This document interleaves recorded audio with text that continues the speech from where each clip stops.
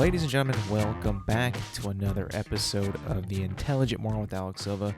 Now, bear with me today, ladies and gentlemen, because I am kind of fighting a illness right now. It's a little bit, I don't know if it's an illness. I will be honest, I don't know if it's an actual illness. I feel like it's allergies. I feel like it is. Because it's mainly nasal stuff, like mainly nasally congestion, runny nose here and there, mainly runny nose actually, but it could be getting worse. Now it doesn't feel like it's going to get worse, but it potentially could get worse. So bear with me right now. I'm not making any excuses though. I'm not saying I'm sick. I don't feel sick. I feel fine. I feel like it's just like allergies. But it is April, right? It's getting warmer. There's more grass being cut, more flowers being picked, trees being sawed off. So, naturally, there's going to be more pollen that's in the air. So, right now, I'm leaning more towards it is seasonal allergies. So, I probably am not too worried about that particular it being like I'm sick. It could just mean allergies. So if I sound a little sniffly, a little different, I apologize, but that's kind of what I'm going through right now. And it's not just me. My mom was recently sick. My brother is sick at the moment. He's actually sick. She was actually sick. So maybe it's my turn to get sick. Maybe. I don't know. But I feel like at the moment, with me right now, it is not too bad. I don't foresee it getting any worse than it is right now. Knock on wood that I don't get actually sick from this. If it is indeed a sickness, which it could be. But I'm betting on more that it's allergies. I have been taking some medication, some Claritin, 24-hour relief, no free ad, but hey, I feel like it works pretty good these past few days, so I've been, kind of managing it that way. But if I do end up getting actually sick, I know exactly where to go to, and it would not be Claritin. It would be the old reliable Dayquil. That thing is magic. Dayquil is absolute magic when it comes to killing off your symptoms of being sick. How many of you guys have had, a terrible sickness, bedridden, not from like the flu, maybe the flu, but like from not from like stomach pain, like not a stomach flu, but like a flu, like fever, body aches, chills, runny nose, stuffy nose. There's a lot of medicines out there that they sell at the store that you can get that'll do a pretty good job at numbing you from symptoms.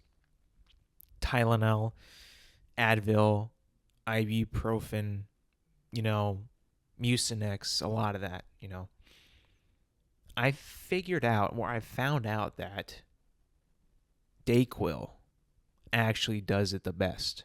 At least in my honest and humble opinion, it does the best when it comes to nerfing symptoms that will make you have a poo-pooey day. That Dayquil is the number one when it comes to that type of magic, because it really is magic. Medication, modern day medicine is essentially magic. Even though it's got a bad reputation, it's kind of magical. I'm not saying it's good for you, though, because I'm not too sure. I'm no drug expert. I'm not big on pharmaceuticals. I have no idea what is in these things, if it's good for you or if it's bad for you. All I know is that it works for the most part. I'm not an expert. I'm not claiming to be. Not giving you any information. I'm just giving you my experience. Dayquil seems to work the best for me. Some kind of magic pill, that works. I don't know how else to explain it, but it works, you know. But I think it could be just allergies, and I've heard that you can do to make it so seasonal allergies don't affect you as bad as they have in the past naturally is buying and consuming local honey. And I'm actually going to look into this because I've always wanted to, at least in my life, in my experience, I've always wanted to go through an allergy season, usually in the springtime for me, where I don't have to worry about taking so much medication for my allergies. I would like to go a season of allergies where I don't have to worry about taking Claritin or Zyrtec or Benadryl or anything like that. I would like to do something natural on the natural side. There's got to be some kind of remedy out there, right? That you can consume.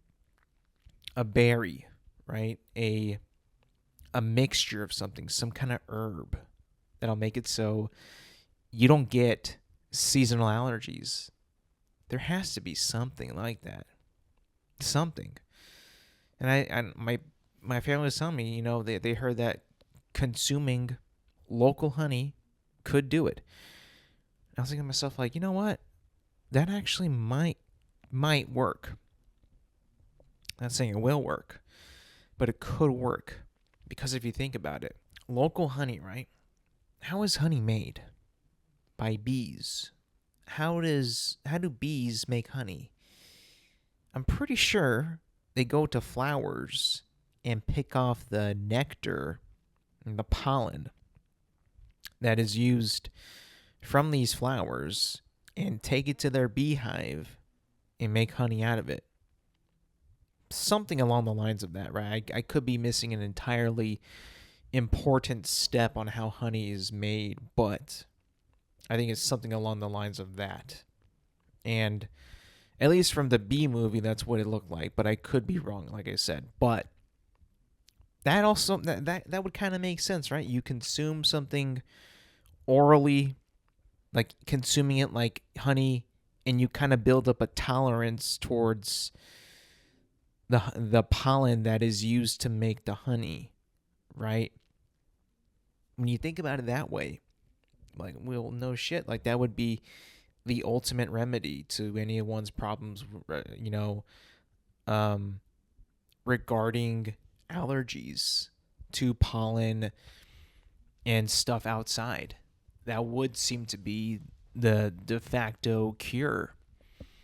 So I think what I'm going to do is I'm going to look into some local honey, try to get some, and see if it actually works.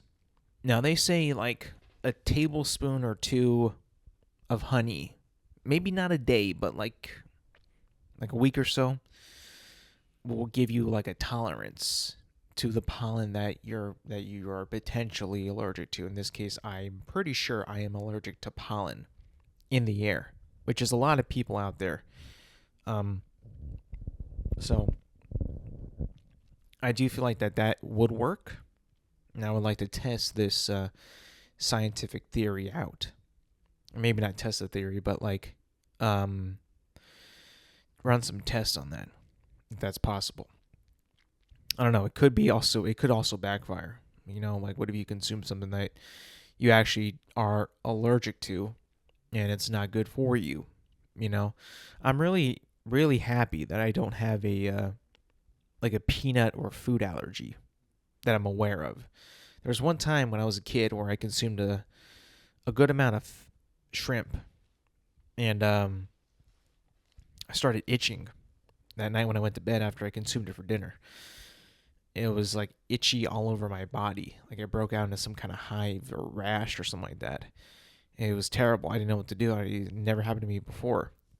And then since then, I've never had that experience again. It was weird. Like my body just rejected the shrimp that I had eaten. It happened to nobody else in my family. Nobody but me. It was strange. It was freaky. It was like, why me? I've heard of people at that time in my life that were allergic to shellfish, right? Allergic to shrimp and stuff like that. And I don't know why those fish in particular cause people to have allergy like outbreaks and, bad reactions. I'm not necessarily sure what it is in them, but it happens. And at that point I was just like, whoa, this is odd. This is oddly weird. Waking up just scratching all over my body. It seems like it's just not getting any better. I'm scratching that itch and I'm just like, whoa. I almost felt like I broke out into chicken pox. Like, that's what it felt like. It's like, how in the movies, like, I never had chicken pox in my life, but in the movies and TV shows, it's so over exaggerated that it itches so badly, which I'm pretty sure it does, but how movies are. I thought I was having something like that, or that's how this, chicken pox would feel like. And I've never had that since.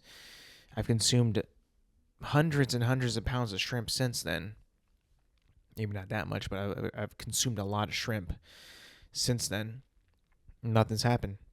Made it myself. Restaurants, hell, fast food like Long John Silver's had that before. Nothing happened. Couldn't tell you what happened. Food allergies would suck though. Imagine, being close to a peanut. I heard that people have peanut allergies really badly. That they even get like within the proximity of a peanut, and they just lose it. Like they swell up, they get all itchy, they can't breathe. It's like, whoa, what in the peanut, causes somebody to like literally die, like are on the verge of death.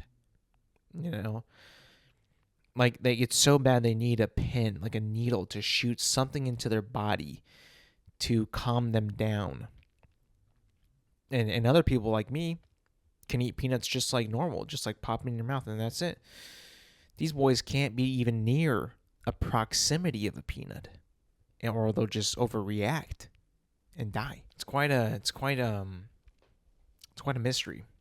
It doesn't really make sense, and because of that, you have to pretty much cater your entire diet, whatever products you may use.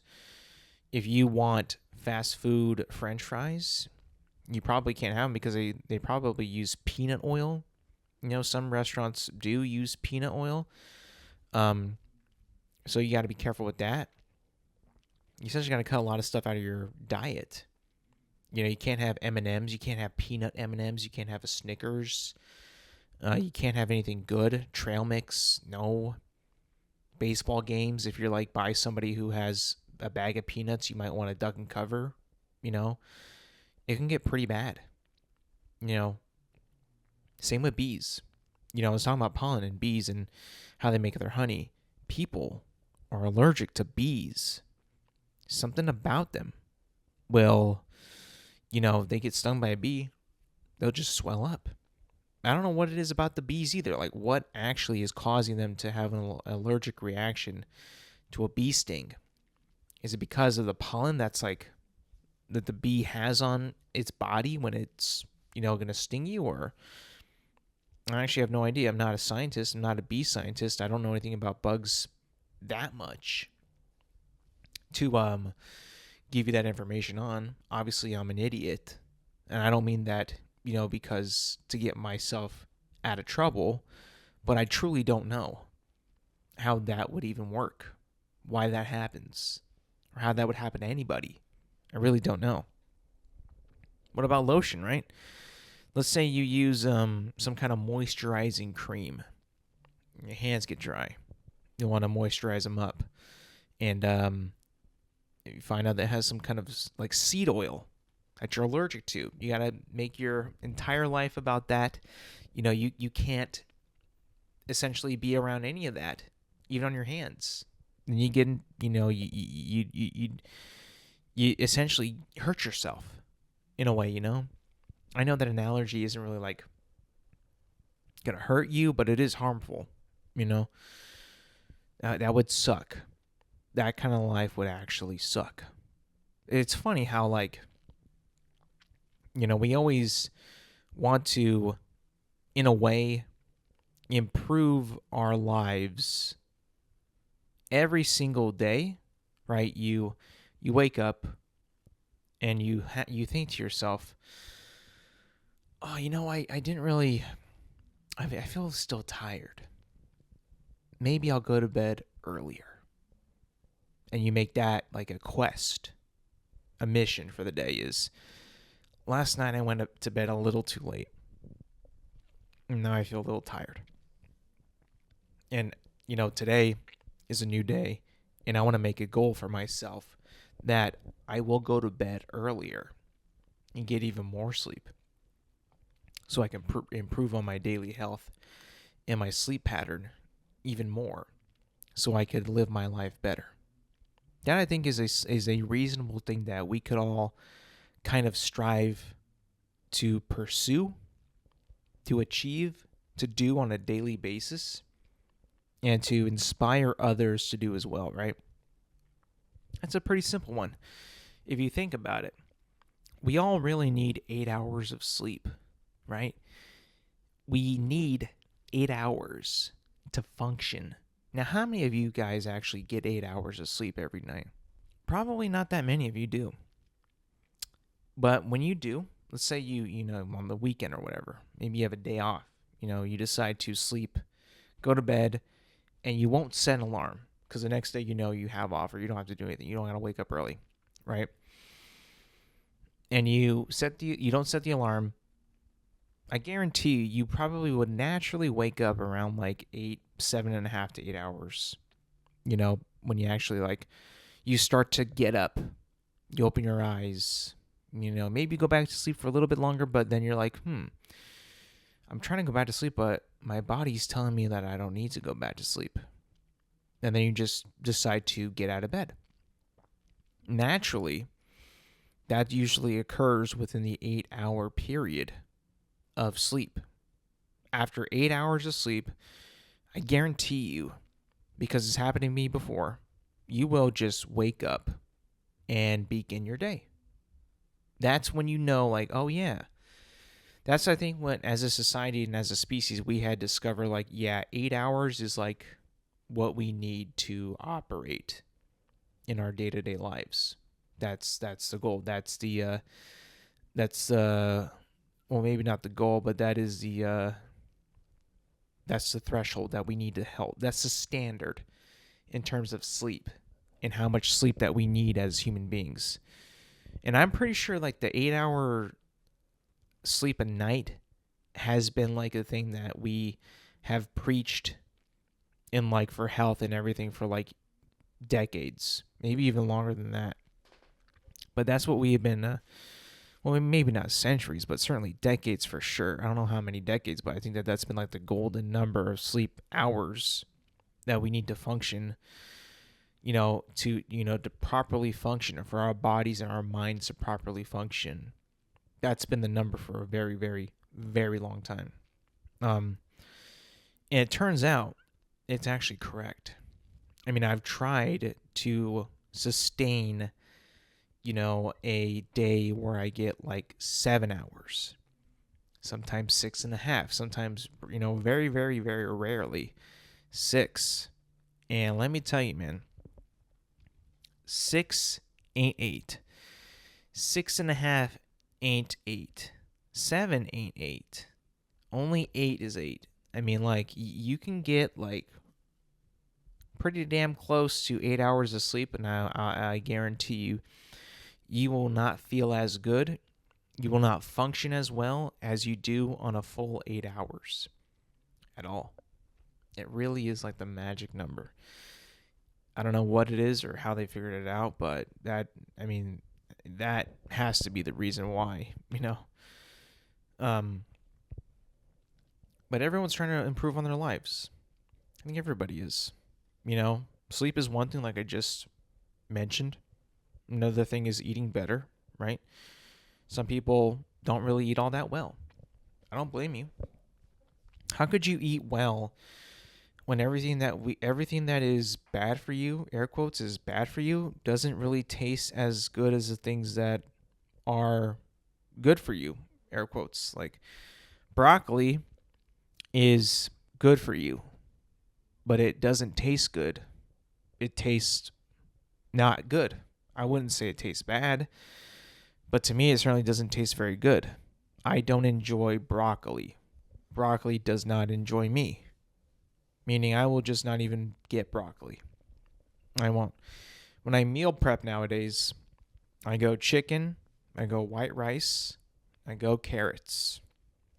Carrots I like. I don't love them. I don't love them like I love candy, but I do prefer them to broccoli. They don't bother me as much as broccoli does. I can't stand broccoli. There's just a lot of vegetables out there that I cannot stand. Broccoli is like one of the bigger ones I just can't stand. But anyways, adding healthier foods to a diet improves your life by a long shot. You will see you will see like your numbers in terms of like energy, strength, nutrients in general, overall health, mood, drive, focus, improve when you eat actual food. You replace a candy bar or a donut with an apple. I guarantee you will feel better. You will feel a lot better about yourself and about what you have eaten. I say this in like as a person who thinks that, well, I don't think, but I'm not saying it as a person who frowns upon junk food. Like, no, I freaking love junk food. It's one of my favorite things in the world to consume and to just like eat mass amounts of. It's the best. I love Lay's potato chips.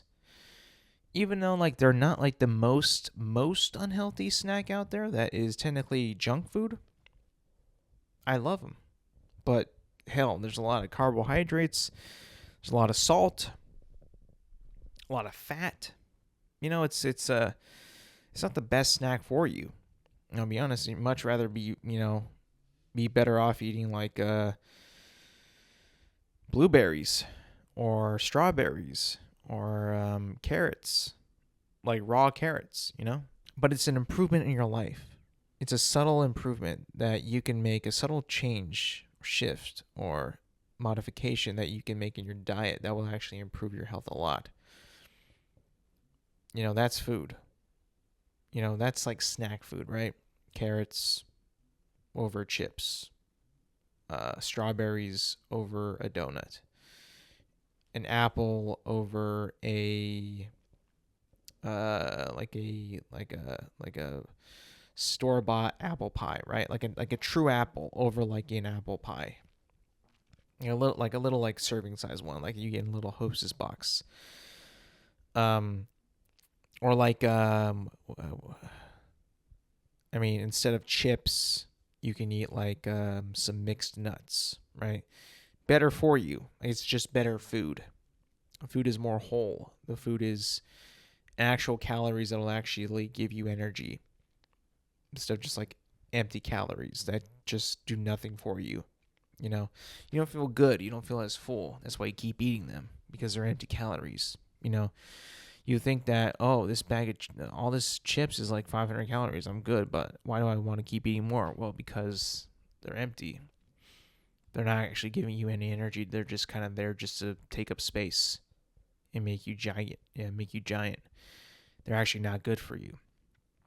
It sucks to suck, but that's true. And then even moving on to meals, right? You want a healthier meal?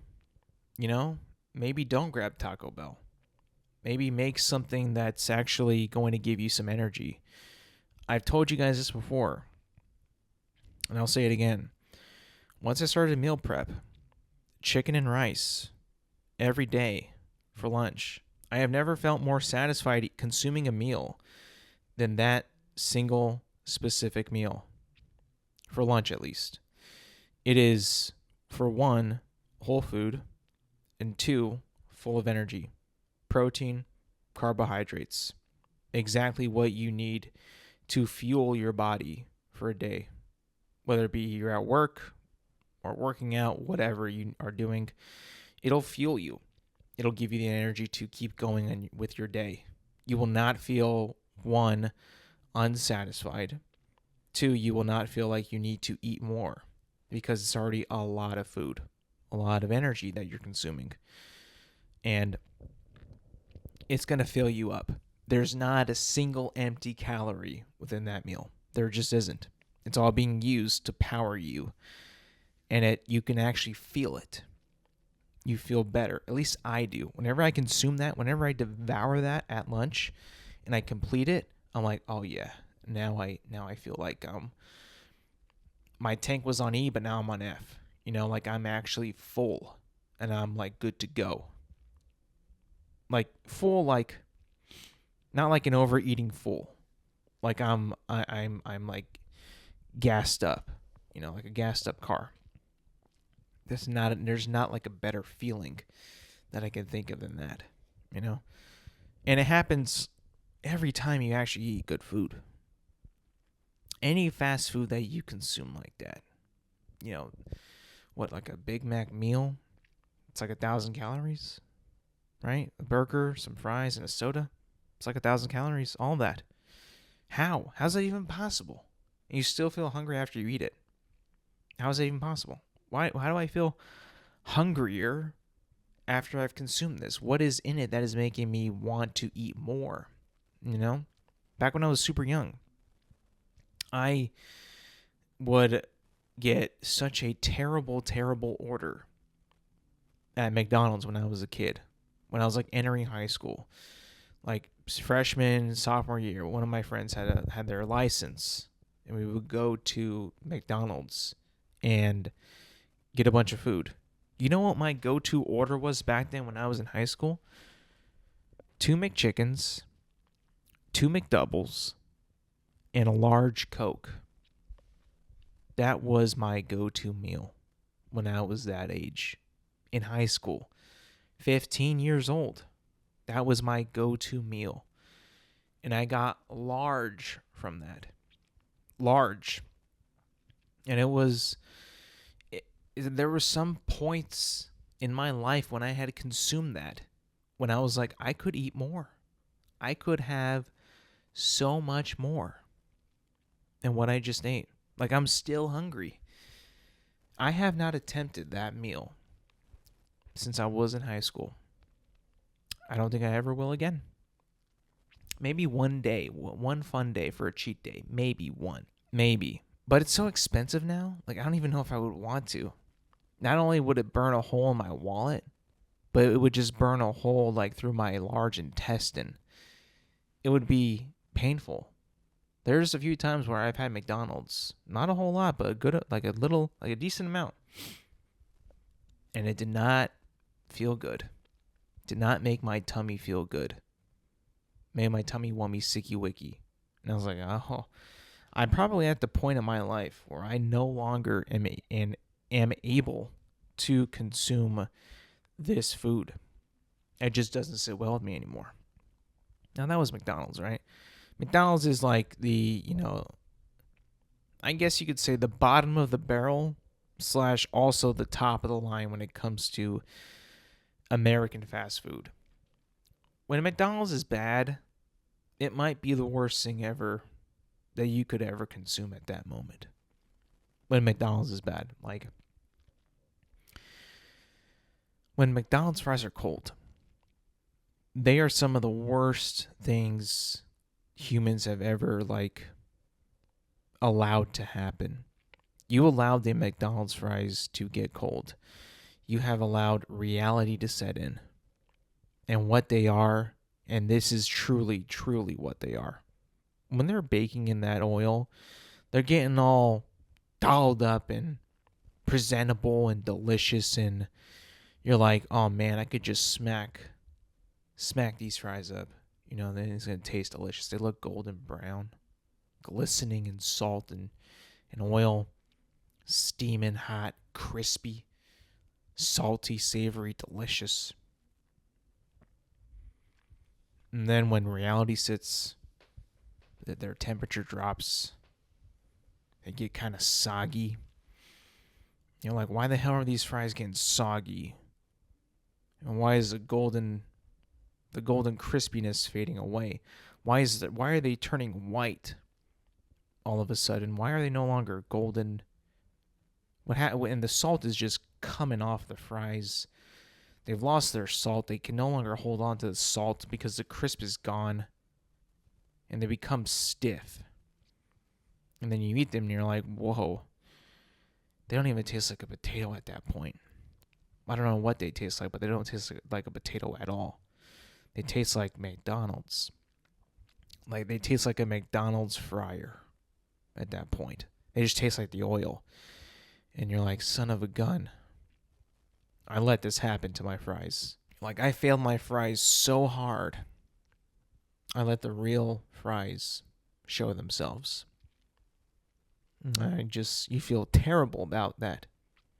Now, me personally, when I was a fatso, I never let fries go to waste. I never let food go to waste. I still don't. Trust me. But I never let the McDonald's fries go to waste ever. I would kill everybody's fries that did not finish their fries. Like I was a vacuum cleaner. Did not let that happen. No fry was left behind. I made sure every fry saw its day in my stomach. I made sure of that. That was a long time ago, though. Now I barely even eat it. I mean, it's so expensive. You don't want to actually spend like $15 on 3 items at McDonald's. Like, think about it. Why would you spend that much money on McDonald's when you can go buy like a steak for like $20? Eat that. And it be so much more satisfying, for one, because you can cook it yourself the way you like it. Season it up, salt it up, butter it up. Maybe put a side to it. Maybe buy a potato for like, $1? Cook that as well. Steak and potatoes. Like, it's just overall better for you and worth your money, I would say. The prices at McDonald's and fast food in general are not really matching up either with like the portion sizes, the sizes in general of like the burgers themselves and the buns and the price. They just don't add up. It doesn't make any sense whatsoever. If you really think about it, it's all a scam. It's all a giant scam. We have reached the part of the episode where I do feel that my medication is wearing off a bit, but I will power through because that's what I do. I am a winner. I don't like losing, and I certainly will not lose to some rinky-dink allergies that I have at the moment. And I think that, me tapping out is a sign of weakness, and I'm not about weakness. I'm just not. You won't find me. If you were to look me up in the dictionary, my name, there would be no trace of weakness when it comes to me as a person, what I stand for, how I operate. Just not in the dictionary. You won't find it. You wouldn't find loser. You wouldn't find unmotivated. You would not find anything that is in the negative. You would only find positive, driven, and cunning. A cunning warrior. That's what I am. That's what I've always been about. That's how I live my life. So I will power through, even though I feel like I'm getting a little bit more snifflier as I go along. It's tragic. It's an obstacle that I'm willing to hurdle. But back to my point of living healthier. I do kind of think that, diet, exercise, sleep is like 3 basic things that you can do to improve your life substantially, tremendously, dramatically, right? But now we're in a new age of life. There's like so many companies, so many people, influencers, famous people, celebrities, CEOs that preach on a like they all preach to their own like choir of like healthy living in some certain way. They all have like their own hack, how they live life better, and what they do to extend their life in a way. People get IVs. Like, how would I? What? An IV? A thing that you get when you're sick, when you can't consume food. You do that just because you want to? No joke. I follow a lot of people online. A lot of them, like to live their life to the fullest. And they will talk about how, like, yeah, I woke up and I felt like, why don't I take an IV? I'm like, huh? The thing that you hook up to your arm and you're hooked up to like a bag of like some kind of juice or fluid or something. I don't know. It goes into your body and then you just feel like, oh, I don't need to eat because I have the magic fluid in me that keeps me alive. Again, I don't know what an IV is. I've never had an IV. And if I have, I just certainly don't remember it whatsoever. So yeah, I mean, you hear things about that, like they're just like overdoing it in terms of like, extending their lives and keeping themselves healthier. Like an IV is one thing. It's like, do you need an IV? Like, do you really need that? You just drink some water or like some Gatorade or something and feel better about yourself? I mean, like, I just feel like an IV is a little much, in my honest opinion. If you think about it, like, really? An IV? Okay. Like I said, I've never had an IV. But like we are in the age of like where there's so many people out there that are crazy about like living longer and living better than ever before, which is a good thing, but it comes across as a little strange to me also. Like how much effort that they put into this, quest, this crusade of living extremely, extremely healthy. Like the carnivore diet. That's another thing that is kind of like a bit of on the extreme side for me. If you're not aware of the carnivore diet, it's a diet where all you consume is meat. All you consume is meat, protein, essentially. And like, not a single carbohydrate, not a single gram of sugar, just meat. That's literally all you eat. Which I can totally see the benefit, right? It'll probably make you strong as fuck. Like, you would be so goddamn strong. Like, all that protein, like, all you're eating is protein. You're essentially eating, like, protein and fat. Not a single carbohydrate, not a single gram of sugar. Like, you will be so lean, so strong, so, like, no body fat on you, essentially.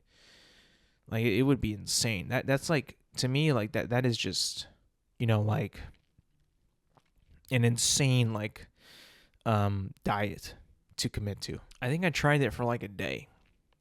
Like all I ate in that day was meat.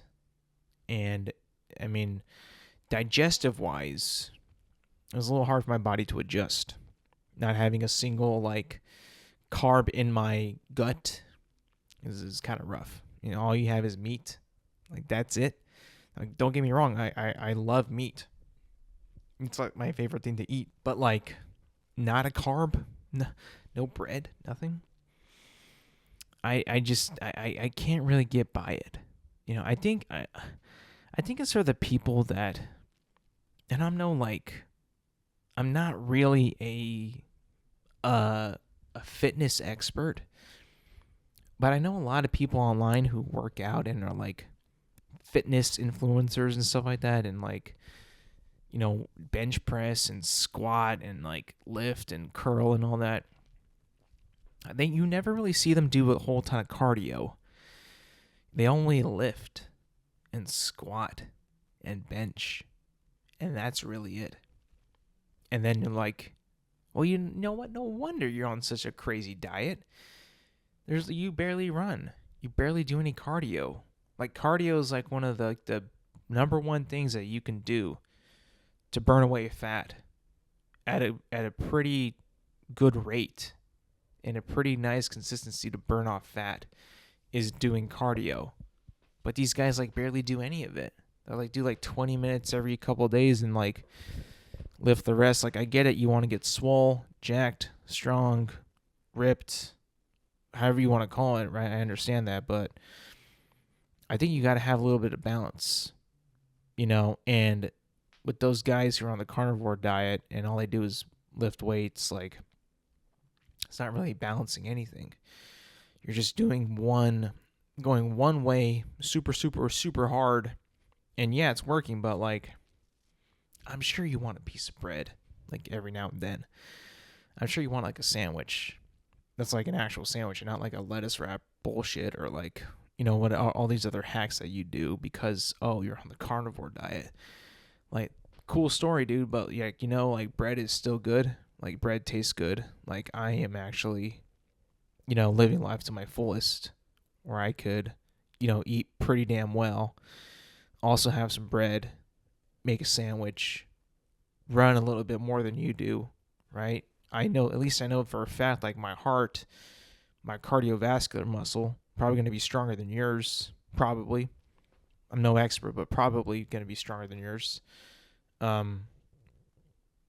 don't know. It's just like a crazy, like, going one way so extreme that every other way is like neglected.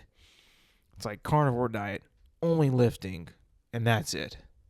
Whereas me, it's like balanced diet, protein, carbohydrates, sugar because sugar's the best, and weight lift and cardio consistently, and like still feel good, still feel pretty good.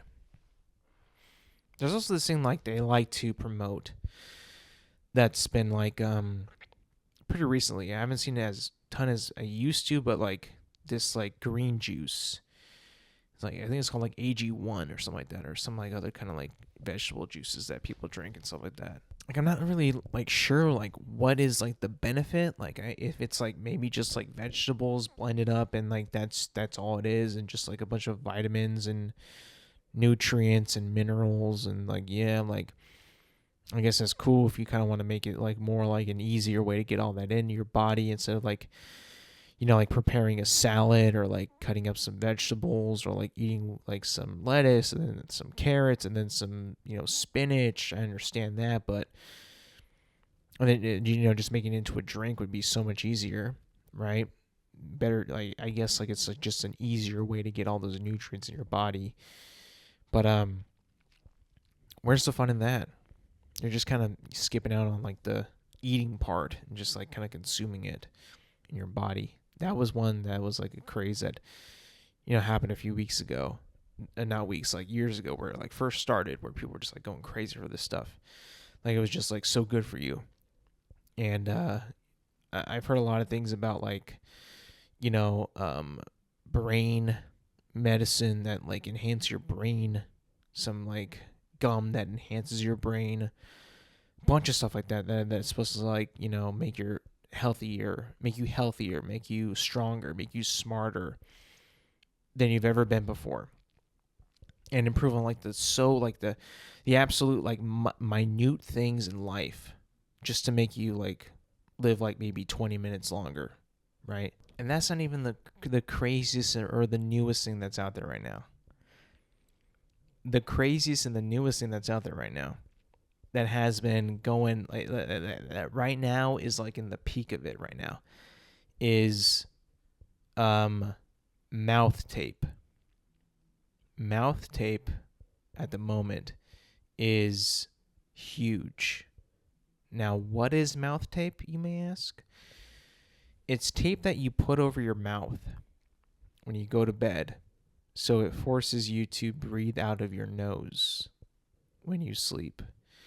Now, what might be the crazy health benefit that drove people to make mouth tape?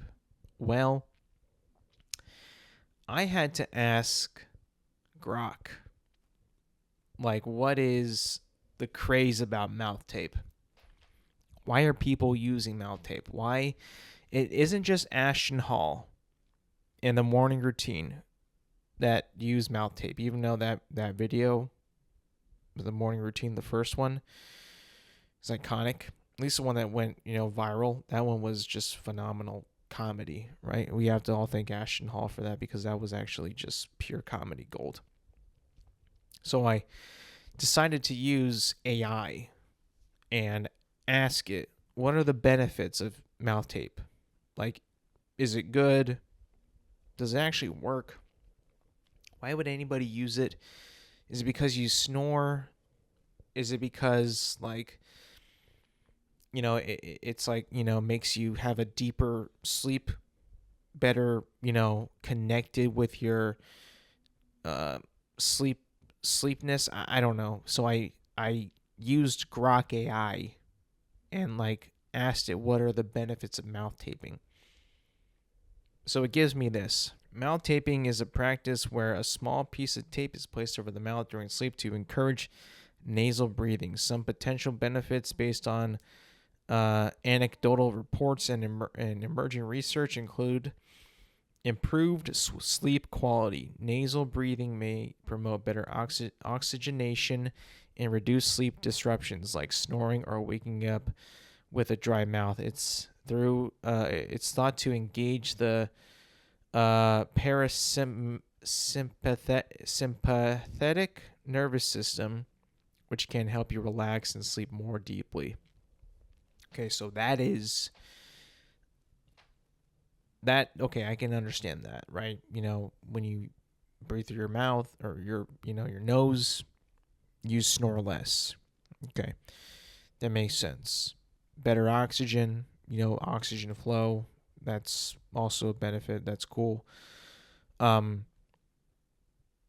guess, people were just kind of tired of, like, maybe having restless sleep, maybe because of their mouth breathing or something like that.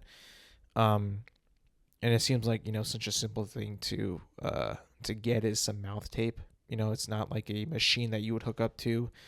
It's just a simple tape. Now, obviously, it's not going to be like Scotch tape, but it's like a specific tape they use for your mouth that they sell. But that's one reason. The other one is reducing snoring by keeping the mouth closed. Mouth taping might prevent the airway collapse that can often cause snoring, especially for those who breathe through their mouth at night. Number 3 is better oral health. Breathing through the nose filters and humidifies air, potentially reducing dry mouth, gum issues, and bad breath linked to mouth breathing. So apparently, breathing through your mouth can cause you to have bad breath. Now, I was not aware of this. I, for one, sleep with my mouth closed naturally. So this would be just a thing that, I wouldn't even benefit from. So I didn't know that, well, at least I didn't know that what Grok is, if what Grok is saying is true, then I did not know that breathing through my mouth would cause me to have bad breath. I thought it was just because your mouth has just been, like, soaking in its own saliva for so long and it now smells. I thought that. So I guess apparently you breathing in with your mouth and drying out your mouth makes it smell, I guess. There wasn't much of a description besides that, but I think there's a couple more reasons. Enhanced oxygen delivery. Nasal breathing increases nitric oxide production, a molecule that helps dilate blood vessels and improve oxygen circulation, possibly leading to better energy and focus during the day. Okay, so better increases nitric oxide production, a molecule that helps dilate blood vessels and improve oxygen circulation, possibly leading to better energy and focus during the day. So possibility. It's possibly doing this. There's no real facts if this is actually working in this, at least in this capacity. That seems like a bit of a stretch to me. I mean, just the wording of this. It increases nitric oxide production. Like, excuse you? Like, I mean, like, I'm a dummy, right? I don't even know what nitric oxide is. I have no idea what that is at all. Sounds like a deadly poison or noxious gas or something like that. Like, it doesn't sound like something that you should be consuming, but I guess we create it when we breathe through our nose. Kind of weird, but okay, whatever. Um, Helps dilate blood vessels. That doesn't make any sense at all to me. Why would that dilate a blood vessel? How could that even be possible? Like, I'm not a doctor. I'm not like a physician. I don't know anything that's like worth knowing. I don't know any, fun facts. I'm not a smart guy, but like, how does anyone know this? Dilating blood vessels? Dilating, what does that even mean? Expanding, I think? I think when like isn't it like when you shine a light in your in your eyeball, like your pupils dilate? Doesn't that mean that they get smaller? They shrink? So are we shrinking our blood vessels when we breathe through our nose, or what? Improving oxygen circulation, leading to better energy? Like, I mean, this is all just a gamble. Like, I mean, somebody was just so bored of their life, they needed to make up something to shock the world, to sell a product, to buy in, to get people to buy into their apex style of living, right? I have mouth tape because I want to live supremely to you, because it will dilate my blood vessels and it will improve my oxygen production, and it will help me create nitric oxide. Do you realize how stupid that sounds when you say it back? When you read it? When you actually read it, of what mouth taping does? It's the silliest thing that you've ever read in your life. And what? Is it going to extend your life by 5 minutes? Okay. Number 5, support for breathing retraining. For people with habits of over-breathing or chronic mouth breathing, taping can reinforce nasal breathing patterns, which some claim aligns with more natural respiratory rhythms. All right, barely holding on here with this stuffy nose, so we're in the home stretch. For people with habits of over-breathing or chronic mouth breathing, over-breathing. Have you guys ever heard of a term called over-breathing? I don't even know what that means. Like, you're just like taking too big of a breath when you breathe or something. Like I said, it nearly got me. Like, had me rolling my eyes with nitric oxide and dilated blood vessels. But this entire spiel of over-breathing, chronic mouth breathing, to reinforce nasal breathing patterns, which some claim aligns with more natural respiratory rhythms, is a little much. I mean, I know this is not like a article that is published on mouth taping. I understand that. This is what Grok is telling me. But even this is just like, you read this and you're like, excuse me, what? Like, I think that this should be checked out for sure.